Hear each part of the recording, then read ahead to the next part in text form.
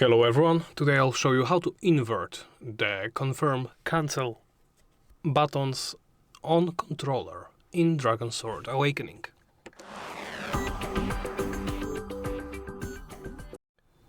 Let's begin by opening settings.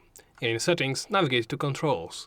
Here under input settings is the Invert Controller Confirm Cancel. Here you can toggle it on or off.